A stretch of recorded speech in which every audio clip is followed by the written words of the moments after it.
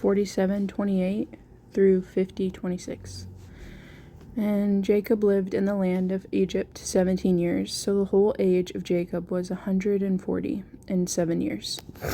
And the time drew nigh that Israel must die, and he called his son Joseph, and said unto him, If now I have found grace in thy sight, put, I pray thee, thy hand under my thigh, and deal kindly and truly with me. Bury me not, I pray thee, in Egypt. But I will lie with my fathers, and thou shalt carry me out of Egypt, and bury me in their burying place. And he said, I will do as thou hast said. And he said, Swear unto me, and he sware unto him. And Israel bowed himself upon the bed's head. And it came to pass after these things that one told Joseph, Behold, thy father is sick. And he took with him his 2 sons, Manasseh and Ephraim. And he told Jacob, and said, Behold, thy son Joseph cometh unto thee. And Israel strengthened themselves, and sat upon the bed. And Jacob said unto Joseph, God Almighty appeared unto me at Luz in the land of Canaan, and blessed me, and said unto me, Behold, I will make thee fruitful and multiply thee, and I will make thee a multitude of people, and will give this land to thy seed after thee for an everlasting possession. And now thy 2 sons, Ephraim and Manasseh, which were born unto thee in the land of Egypt before I came unto thee into Egypt, are mine. As Reuben and Simeon, they shall be mine. And thy issue, which thou begettest after them, shall be thine, and shall be called after the name of their brethren in their inheritance. And as for me, when I came from Padan, Rachel died by me in the land of Canaan in the way, when yet there was but a little way to come unto Ephrath. And I buried her there in the way of Ephrath, the same is Bethlehem. And Israel beheld Joseph's son, and said, Who are these? And Joseph said unto his father, They are my sons, whom God hath given me in this place. And he said, Bring them, I pray thee, unto me, and I will bless them. Now the eyes of Israel were dim for age, so that he could not see. And he brought them near unto him, and he kissed them, and embraced them. And Israel said unto Joseph, I had not thought to see thy face, and lo, God hath showed me also thy seed. And Joseph brought them out from between his knees, and bowed himself with his face to the earth. And Joseph took them both, Ephraim in his right hand, and toward Israel's left hand, and Manasseh in his left hand toward Israel's right hand, and brought them near unto him. And Israel stretched out his right hand, and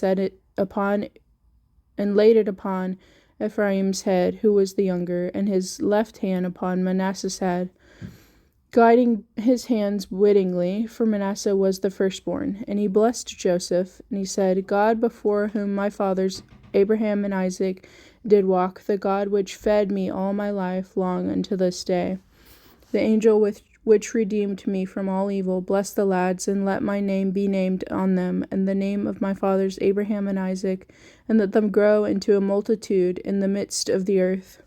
And when Joseph saw that his father laid his right hand upon the head of Ephraim, it displeased him. And he held up his father's hand to remove it from Ephraim's head up unto Manasseh's head.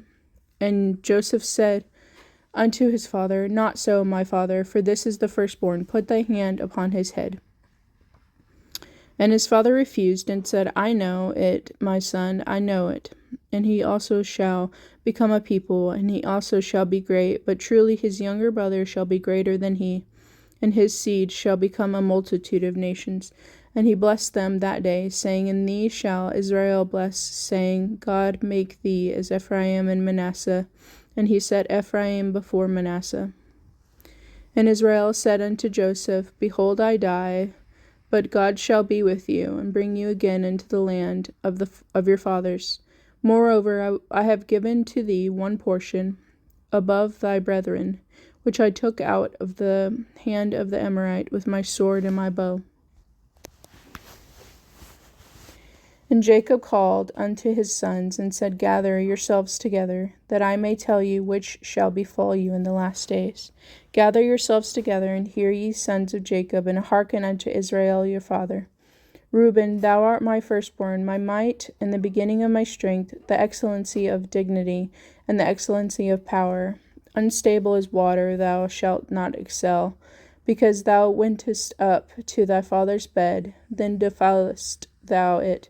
He went up to my couch. Simeon and Levi are brethren, instruments of cruelty are in their habitations. O my soul, come not thou into their secret, unto their assembly. Mine honor, be not thou united, for in their anger they slew a man, and in their self-will they digged down a wall.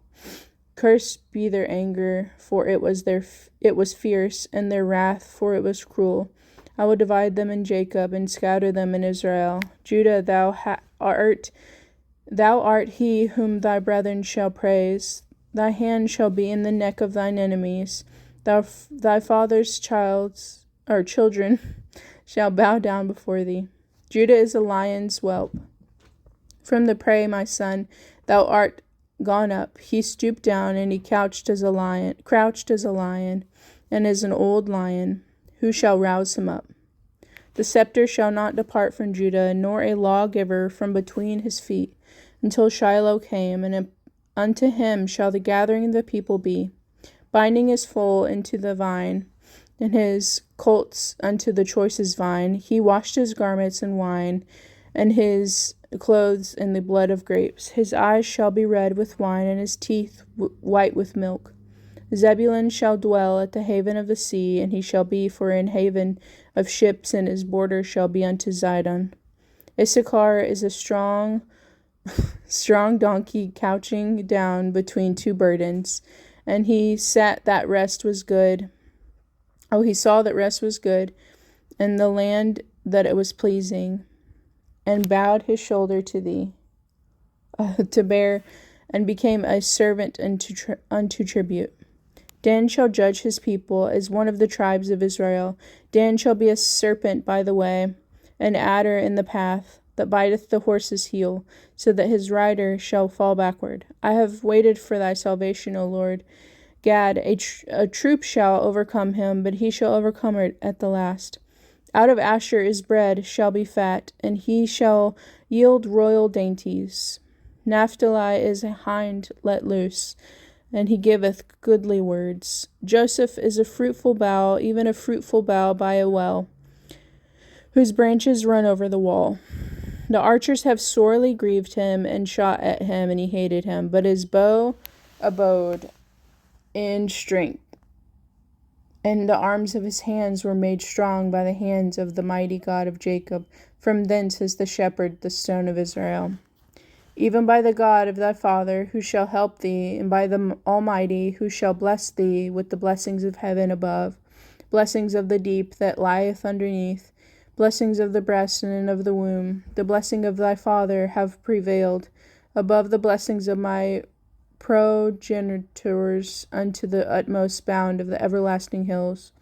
Thy shall be on the head of Joseph, and on the crown of the head of him that was separate from his brethren.